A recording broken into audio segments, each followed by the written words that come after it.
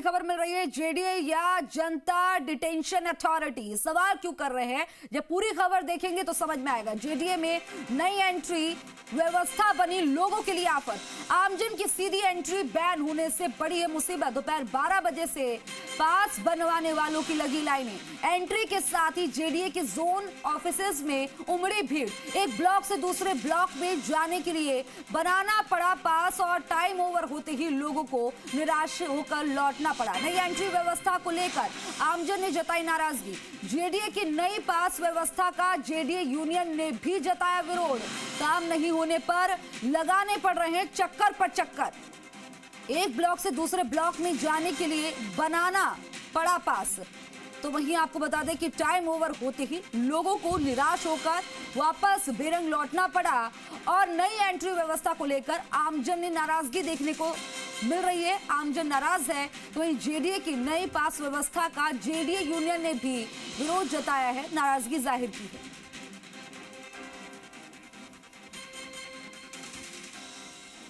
इस खबर पर ज्यादा जानकारी के साथ मेरे सहयोगी एवज हमारे साथ लाइव जुड़ गए हैं। एवज, जेडीए या ये कहें जनता डिटेंशन अथॉरिटी, क्योंकि जेडीए में नई एंट्री व्यवस्था बनी और लोगों के लिए आफत बन गई।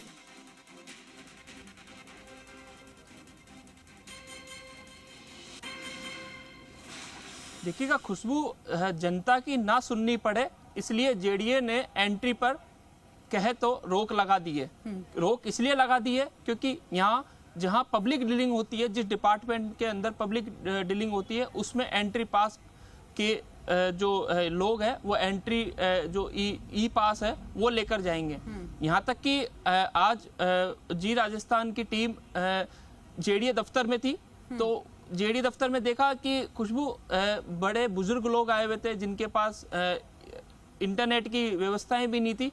तो वो भी भटक रहे थे कि आप हमारा फ़ोन दे दीजिए या आप जो एंट्री पास है वो हमको प्रिंट आउट निकाल के दे दीजिए। लेकिन खुशबू देखिएगा कई जो ई पास है, जो जी राजस्थान के जो रिपोर्टर हैं उन्होंने दिया भी, लेकिन खुशबू जिस डिपार्टमेंट में वो जाते थे उस डिपार्टमेंट से जैसे कि एक कोई जेडीसी के पास चल गया तो जेडीसी ये कह के टालती है कि उपायुक्त से जाके मिल लीजिएगा, लेकिन उपायुक्त का पास अलग है। जिस तरह से मैं पास के बताऊं कि खुशबू वहाँ पे 5 दफ्तर है, 5 दफ्तरों के अलग अलग कलर के जो ई पास है वो अलग अलग कलर के हैं। वो मैं आपको जो है वो मैं बताना चाहूँगा कि जेडीसी और सचिव के लिए आसमानी पास रखा गया है। अगर आसमानी पास मुख्य जो बिल्डिंग है उसके अंदर आसमानी पास ही चलेगा। अगर सपोज करिए कि अगर उस आसमानी पास में या उस दफ्तर में उस जो अभियुक्त है, जो पीड़ित है, उसका काम नहीं होता है तो वो वापस उसी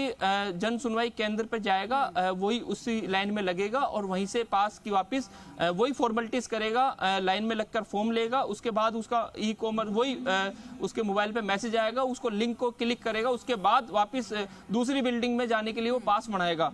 इसी तरीके से खुशबू मैं बताना चाहूँगा जो पार्किंग भवन के द्वितीय और तृतीय मंजिल के पर, मतलब दूसरी और तीसरी मंजिल पर अगर वो जाता है तो उसके लिए सफेद रंग का पास चाहिए होगा। यानी उसका जो डिस्टेंस है खुशबू वो करीब 20 से 30 मीटर का डिस्टेंस है उस बिल्डिंग का, वो जाएगा उसी लेन में लगेगा और उसके लिए सफेद पास बनाएगा। अगर बाई चांस उसका भी अगर वहां पे उसका काम नहीं होता है तो वो फिर वापस विस्तार भवन के लिए पीला जो पास है वो बनाएगा। अगर पीले पास को लेकर उसका काम हो जाता है तो इस तरीके से डिस्टेंस जो है खुशबू वो 12 से 3 बजे के बीच में उसको बनाना पड़ेगा। हालांकि जब यहाँ पे जो देखी गई आज की जो जी राजस्थान की टीम ने जो मौके पर देखा गया तो उसमें अधिकांश जो उपायुक्त हैं, अधिकांश जो उपायुक्त है, चाहे 9 की बात करें तो 6 की बात करें या 2 की बात करें, इनके पास एडिशनल चार्ज भी है कि जैसे कि एक उपायुक्त के पास दो जोन का चार्ज है।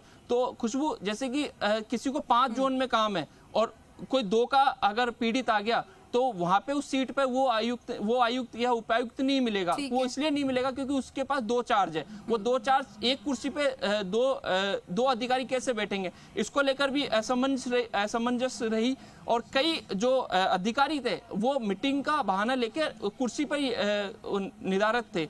कुर्सी पे ही नहीं मिले। तो इसको लेकर भी नाराजगी कहीं ना कहीं पीड़ितों की नाराजगी बिल्कुल नाराजगी तो इसके लेकर भी कहीं अलवर से, परेशानी होगी तो अपनी पीड़ा तो बताएंगे। मैं आपका रुख करूंगी, हमारे साथ मेरे सहयोगी राम सिंह राजावत भी फोन लाइन पर बन गए हैं। राम सिंह, जेडीए में नई एंट्री की व्यवस्था की क्या जरूरत आन पड़ी थी, क्योंकि ये जो व्यवस्था है, ये व्यवस्था जो है अव्यवस्था लग रही है, क्योंकि लोगों के लिए भी आफत बन गई है और जेडीए खुद इस चीज से जो है इत्तेफाक रखता है कि व्यवस्था ठीक नहीं है। जयपुर विकास प्राधिकरण में जो नई व्यवस्था जो शुरू की गई है, उसके पीछे जयपुर विकास प्राधिकरण के जो आयुक्त हैं और जो सेक्रेटरी है निशान जैन, उनका तर्क ये कि जेडीए में अवांछित लोगों का आना जाना रहता है। उसको देखते हुए उन्होंने ये लागू किए, लेकिन सवाल ये है कि इसमें आम जन, खुद की आम जन के लिए ये व्यवस्था आफत इसलिए बन गई क्योंकि 3 से लेकर के 5 बजे तक के ही लोग मिल सकते हैं आम जन से। लेकिन कई लोग जैसे मान लो जिनको जेडीए में काम है, वो सुबह 11 बजे आगे छुट्टी लेकर आते हैं, कोई किसी काम से आ रहा है, कोई गांव से आ रहा है, कोई दूर दराज से आ रहा है, तो ऐसे में 11-12 बजे आ जाता है और 5 बनवाने की प्रक्रिया में लग रहा है। तो 2-2.5 घंटे उसको 5 बनवाने के बाद में जब वो जोन में जाता है तो जोन में ऑलरेडी इतनी भीड़ हो जाती है, किसी को बाबू से काम है, किसी को अकाउंटेंट से काम है, किसी को तहसीलदार से काम है। तो ऐसे में उस भीड़ इतनी ज्यादा हो जाती है और वो बाबू तहसीलदार अब उन लोगों को अटेंड कर नहीं पाता और टाइम ओवर हो जाता है। टाइम ओवर होने के बाद वो लोग मिल नहीं पाते और निराश होकर के उनको लौटना पड़ता है। आप ये देखिए कि जयपुर विकास प्राधिकरण एक तरफ तो ये कहता है कि मैं ऐसे अवांछित लोगों को रोकने कर रहा है, जबकि भ्रष्टाचार को रोकने के लिए कदम उठाया, जबकि जेडीएस के पास और सेक्रेटरी के पास ऐसे कम से कम 2 दर्जन से अधिक मामले भ्रष्टाचार से जुड़ी शिकायतों के हैं, जिनमें अभियोजन की मंजूरी मांगी गई है, उसमें ये नहीं दे रहे और उसमें जांच के आदेश तक नहीं दे रहे। तो सवाल ये कि जेडीए का दोहरा मापदंड, जो प्रशासन का दोहरा मापदंड सामने आ रहा है और आम जनता की जो मुसीबत है उसको बजाय समाधान करने के उसको और उलझाया जा रहा है। और आप ये देखिए कि जेडीए में वैसे ही आम लोगों के काम नहीं हो रहे, ऊपर से ये और नई व्यवस्था लागू कर दी गई। इससे हर जोन में एक तरह से आज दिन भर अफरा तफरी का माहौल रहा और लोगों में विभिन्न तरह के जो दूर दराज से लोग आए, बहुत सारे लोग आए, उनका इस व्यवस्था में चक्कर गिनती बन के रह गए। और कई लोग जो कम जैसे पढ़े लिखे हैं या दूर दराज के लोगों को पता ही नहीं जेडीए का कौन सा गेट कहाँ से बनना है, क्या नहीं, वो ढूंढते रहे और जब उसको पता मिला कि उस ब्लॉक उस साइड में है तो इतने में उसका टाइम ओवर हो गया। तो आज हालांकि अतिरिक्त आयुक्त प्रसन्न प्रिया बलराम सर ने विजिट भी की है और ये मौका निरीक्षण भी किया है कि इस व्यवस्था का क्या दोबारा परीक्षण करके इसमें सुधार किया जाए, ये सवाल बिल्कुल। लेकिन सुधार की जरूरत तो दिखती भी है ना राम सिंह, क्योंकि देखा जा रहा है कि काम नहीं हो पा रहे हैं, चक्कर पर चक्कर लगाने पड़ रहे हैं। ये कितनी परेशानी जो बुजुर्ग हैं उनके सामने तो और बड़ी परेशानी सामने आ रही है। और एक तो ठंड का मौसम है, ऊपर से काम भी नहीं हो रहा और चक्कर पे चक्कर लगाने पड़ रहे हैं। आप ये देखिए कि जो लोग आने वाले हैं जेडीए में, ये पब्लिक डीलिंग डिपार्टमेंट में सैकड़ों की संख्या में आते हैं। क्योंकि सचिवालय में ये पास की व्यवस्था है, लेकिन सचिवालय पब्लिक डीलिंग डिपार्टमेंट नहीं है, तो सचिवालय की तरफ से ये जेडीए में जो लागू किया। हालांकि गवर्नमेंट के किसी विभाग में ऐसी पास की व्यवस्था नहीं है। बाहर जितने भी डिपार्टमेंट है, नगर निगम है, हाउसिंग बोर्ड है और अन्य जो सिंचाई विभाग है, किसी में भी ऐसी जनता की एंट्री पर प्रतिबंध नहीं है। लेकिन जेडीए ने व्यवस्था लागू की है, इसके पीछे एक ये भी कारण बताया जा रहा है कि चूंकि लोगों के काम नहीं हो रहे और लोगों की नाराजगी और गुस्से से बचने के लिए अधिकारियों ने एक तरीका निकाला है कि जब चाहे मिलना है 2 घंटे के लिए खोला है, ताकि लोगों के गुस्से का शिकार नहीं होना पड़े, जवाब नहीं देना पड़े। इससे बचने के लिए भी अधिकारियों ने ये एक तरह से तोड़ निकाला है। अब ऐसे में जेडीए यूनियन ने भी इसका विरोध जताया है, उनका क्या कुछ कहना है इस पर? बिल्कुल, उनका भी यही कहना है कि ये व्यवस्था कारगर नहीं है, व्यावहारिक नहीं है, क्योंकि ये पब्लिक डीलिंग डिपार्टमेंट है। आम जन का कभी किसी का जैसे कोई 12 बजे आ जाता है, उसका अकाउंटेंट से काम है, किसी को तहसीलदार से काम है, किसी को बाबू से काम है, किसी को किससे काम है। तो अब ये देखिए 3 से 5 की टीम में कई बार जेडीसी खुद मीटिंग बुला लेती है, तो ऐसे में पब्लिक वहां भटकती रहेगी, अधिकारी मीटिंग में है। और दूसरी बात ये, कई जोनों में अतिरिक्त चार्ज भी दे रखे हैं। अब वो दूसरे जोन में है, वहां पे अगर पब्लिक का कोई व्यक्ति जाता है तो पता लगा कि वो यहाँ पे सीट पे नहीं है, दूसरी जोन में, और दूसरी जोन के लिए वो 5 बनवाने लगता है, इससे उसका टाइम पूरा हो जाता है।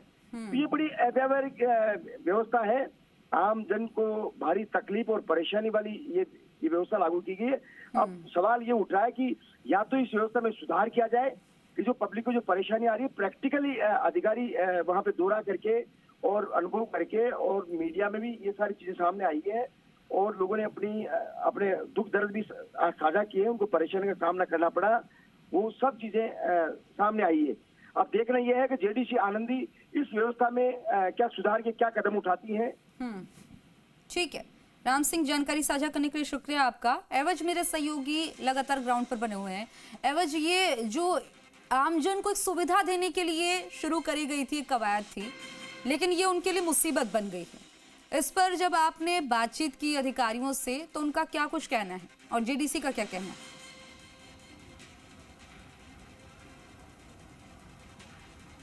देखिएगा, जो अधिकारी हैं वहाँ पे उन्होंने कहा कि ये जो पास की एंट्री है ये सचिवालय के तर्ज पर अप्रूव की ली गई है, और इसी तरीके से जो है जेडीए में आमजनों की पीड़ितों की एंट्री होगी, या जो आमजन जो है वो अपना काम आसानी से करा पाएंगे। लेकिन जब जी राजस्थान ने खबरें चला के उनको हकीकत बताई कि जिस तरीके से आप एक जो दलाल हैं उनका ये भी कहना था कि दलालों की एंट्री भी बंद की जाएगी। लेकिन खुशबू, आप ये मान के चलिएगा, जहां पास की एंट्री हो रही है, जहां पास बन रहा है, वहीं दलाल अपनी कुर्सी जमा कर बैठे हुए हैं, और कोई भी पीड़ित या कोई भी आमजन आ रहा है तो उसी से वहां पे पूछ लिया जाता है कि आपको किस काम में है। तो इस पास एंट्री से तो बल्कि दलालों को ज्यादा आसानी मिल गई है, क्योंकि वो आसानी से अपने जो पीड़ित हैं, जो आमजन है, उनको शिकार बना रहे हैं, और वो जो आमजन है उनको भी आसानी से अपनी पीड़ा बता रहे हैं कि मेरे को इस जोन में काम है। नहीं मिली, हालांकि उन्हें राहत देनी थी, लेकिन जो बिचौलिए होते हैं उनको ज्यादा राहत मिल गई है, वो तो और ज्यादा माल बटोरते नजर आ रहे हैं। ठीक है, जानकारी साझा करने के लिए बहुत बहुत शुक्रिया।